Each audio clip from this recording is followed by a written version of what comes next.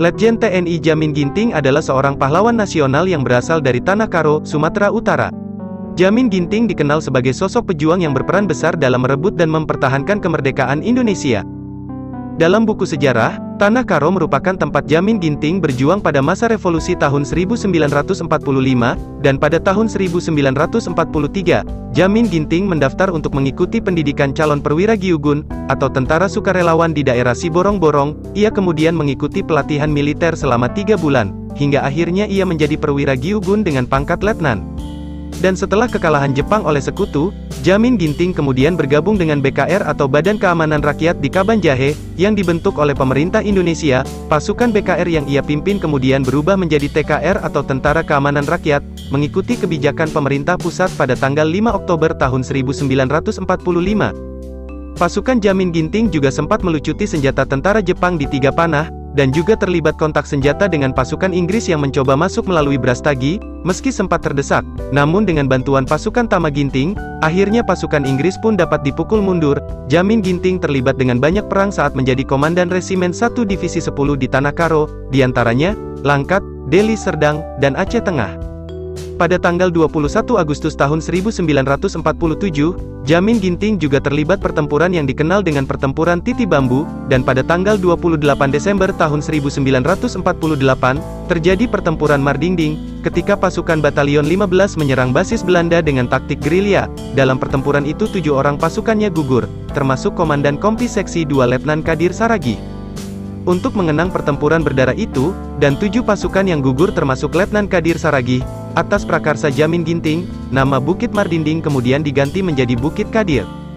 Kemudian saat gerakan PRRI, atau Pemerintah Revolusioner Republik Indonesia, menyatakan perlawanannya, Divisi Bukit Barisan Tengah dipimpin oleh Kolonel Maludin Simbolon sedangkan Jamin Ginting diangkat menjadi Kepala Staf. Dan pada tanggal 27 Desember tahun 1956 hingga tanggal 4 Januari tahun 1961, pemerintah pusat kemudian mendaulat Jamin Ginting sebagai Panglima, menggantikan Simbolon yang terpaksa mengundurkan diri ke Tapanuli kawasan Batak Toba. Dan pada 1962, Menteri Panglima Angkatan Darat, Letjen Ahmad Yani menariknya ke Jakarta untuk mengisi pos Asisten 2 Bidang Operasi dan Pelatihan. Jamin Ginting merupakan salah satu orang yang dekat dengan Jenderal Nasution. Kemudian pada tanggal 22 Maret tahun 1972, pemerintah menunjuk Jamin Ginting sebagai Duta Besar berkuasa penuh Indonesia di Kanada, dengan pangkat Letnan Jenderal. Jabatan ini juga menjadi jabatan non-militer pertama, yang diemban Jamin Ginting.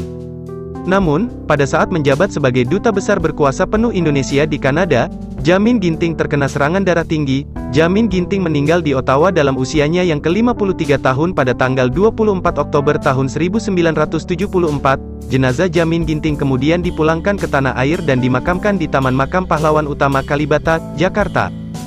3 hari setelah pemakamannya, yaitu pada tanggal 28 Oktober tahun 1974, Presiden Soeharto menganugerahkan penghargaan Bintang Mahaputra Utama, atas semua jasa-jasanya kepada negara. Museum Letnan Jenderal Jamin Ginting pun dibangun di Desa Suka, Kecamatan Tiga Panah Kabupaten Karo, pada tahun 2011, dan diresmikan secara langsung oleh Menteri Pertahanan Republik Indonesia, yaitu Purnomo Yusgiantoro pada tanggal 17 September tahun 2013.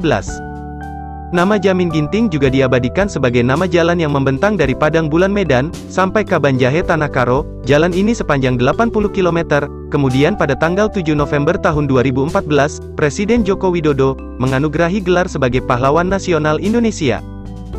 Itulah sejarah singkat Letnan Jenderal TNI Jamin Ginting yang Siman rangkum untuk Anda semua. Semoga bermanfaat dan menambah wawasan kita semua.